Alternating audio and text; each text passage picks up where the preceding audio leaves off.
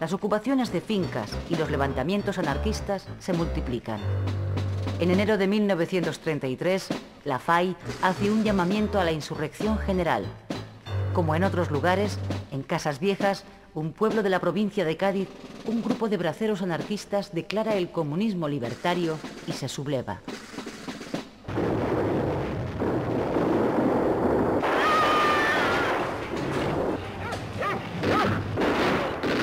...23 personas mueren víctimas de la brutal represión contra los anarquistas de Casas Viejas. La tragedia sobrecoge a la opinión pública. La derecha culpa al propio Azaña de lo ocurrido e intenta derribarle en el Parlamento. Dentro del socialismo comienza a extenderse la idea de que hay que abandonar el gobierno de coalición con los republicanos para no compartir responsabilidades con la burguesía reformista. Lo sucedido en Casas Viejas supone un golpe político mortal para el gabinete de Azaña, que acabará dimitiendo en septiembre de 1933. Se convocan nuevas elecciones para noviembre.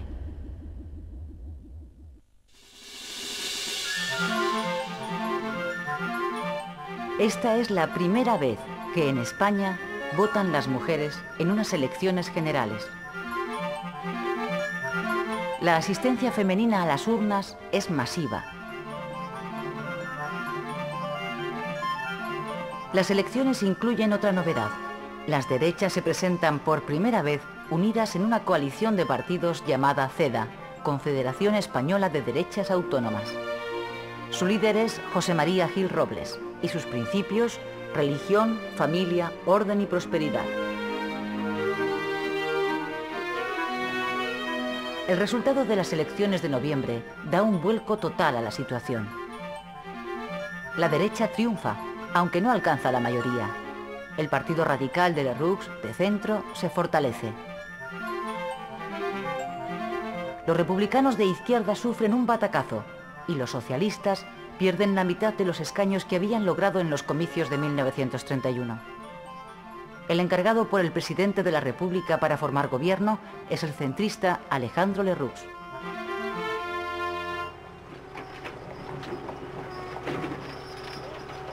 El año 1933 se despide con 500.000 de parados.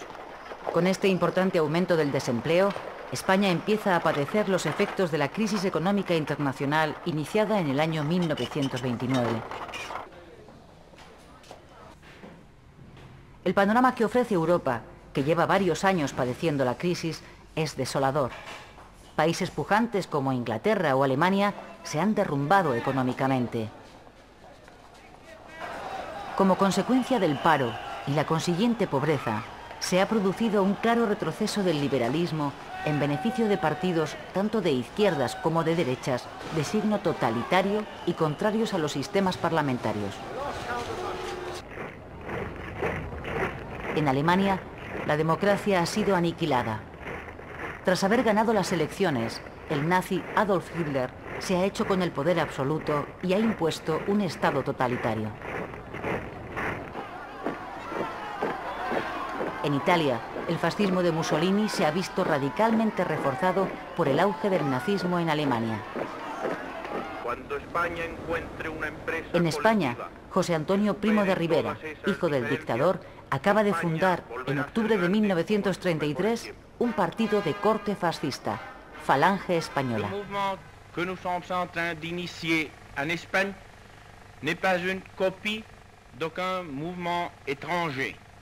Il a appris du fascisme italien ce que le fascisme a d'unité, d'autorité et de substitution des luttes des classes par une idée de coopération. El gobierno centrista de Alejandro Lerroux, que gobierna con el apoyo parlamentario de la CEDA, imprime un giro más conservador a la República y revisa gran parte de las reformas de los gobiernos de Azaña.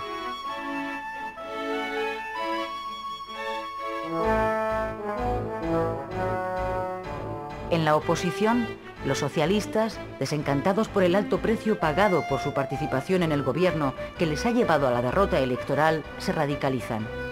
Los llamados bolcheviques se hacen con el control, tanto del partido como del sindicato. Encabezados por Largo Caballero, comienzan a preparar poco después de las elecciones una huelga general revolucionaria como paso previo para implantar en España un Estado socialista. Amenazan con llevar a cabo su plan revolucionario si la CEDA entra en el gobierno.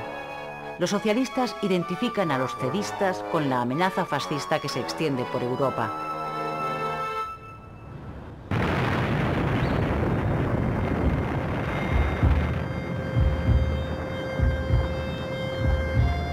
Asturias, 5 de octubre de 1934. La insurrección obrera que los socialistas han estado preparando se pone en marcha en la cuenca minera. La víspera, el jefe de gobierno había anunciado la entrada en el gabinete de 3 ministros de la CEDA. ¡No disparéis, hermanos! ¡No disparéis! ¡Viva la revolución! ¡Abajo el capitalismo! ¡Soldados, no disparen! Los revolucionarios asturianos asaltan los cuarteles de la Guardia Civil, del Ejército y de las fábricas de armas. Después de hacerse con la cuenca minera, toman Oviedo. Asturias es el único lugar donde las izquierdas, incluidos los anarquistas y los comunistas, se han unido para una sublevación que allí de momento ha triunfado. ¿Ya?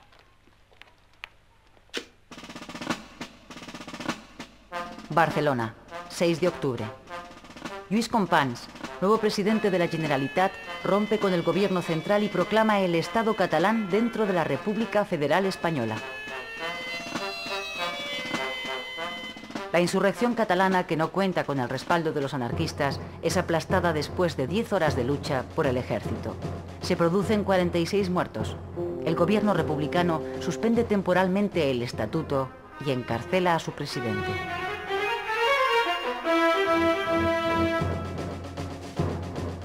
La insurrección fracasa en el resto de España, incluida la capital, Madrid. Sin embargo, la llama revolucionaria sigue encendida en Asturias. El gobierno de la República declara el estado de guerra y encarga al general Franco la dirección de las operaciones contra los sublevados. Los enfrentamientos duran casi 2 semanas y son de una extrema brutalidad. Alcanzan la dimensión de una guerra civil. El ejército acaba por sofocar la Revolución de Octubre, que deja tras de sí un balance trágico. 1000 muertos y más de 2000 heridos entre los sublevados. 300 muertos y 800 heridos entre las fuerzas del orden.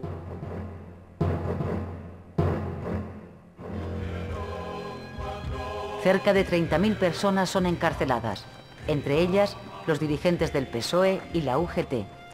La represión que sigue a la derrota de los revolucionarios encona aún más los ánimos. La Revolución de Asturias es el preludio de la Guerra Civil Española.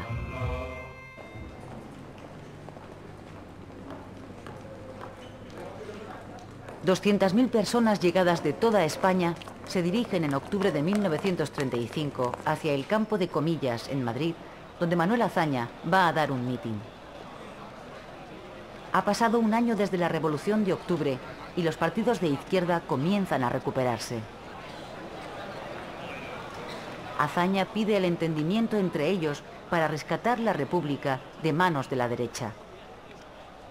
Su propuesta acabará cuajando en el Frente Popular, una coalición de partidos que incluye desde la izquierda republicana hasta los comunistas, pasando por los socialistas.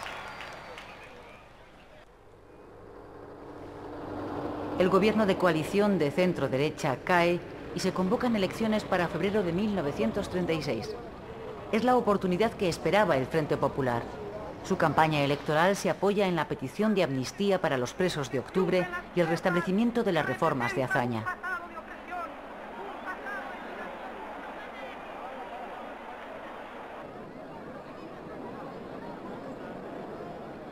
El interés que han despertado entre los españoles estas elecciones se refleja en el alto índice de participación, cerca del 73%.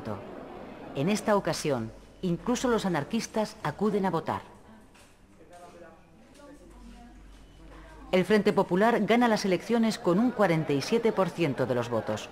La derecha obtiene el 45% y el centro un 5%, con lo que prácticamente desaparece.